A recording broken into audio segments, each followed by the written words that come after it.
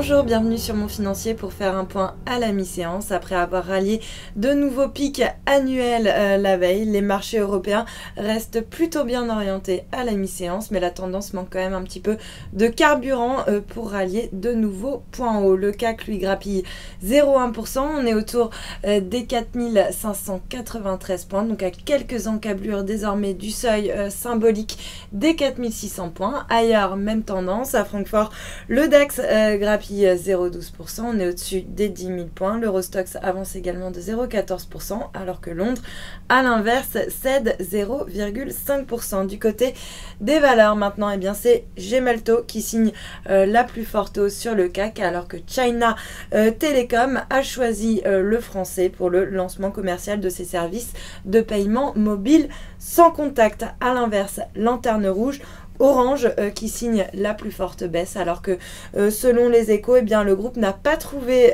d'accord avec Canal+ pour qu'il investisse dans sa filiale Dailymotion. Et puis à noter également Bouygues qui se distingue donc en baisse, alors qu'il serait en contact avec Iliad pour un rachat donc de Bouygues Télécom, mais les discussions seraient au point mort car les deux parties n'arrivent pas à se mettre d'accord sur le prix. Alors Bouygues attend au moins obtenir entre 7 et 8 milliards d'euros, alors que Iliad, donc la maison mère de Free, n'a proposé qu'entre 4 et 5 milliards donc pour le rachat de Bouygues Télécom. Donc pas mal d'émulsions dans le secteur, avec par exemple Iliad qui perd un petit peu de terrain. Puis à noter également le grand déclassé d'acheter à conserver par Société Générale qui signe l'une des plus fortes baisses. Et puis à l'inverse, Technicolor qui signe la plus forte hausse sur le SBF 120, alors que JP Morgan a débuté le suivi sur le dossier à surpondérer. Et puis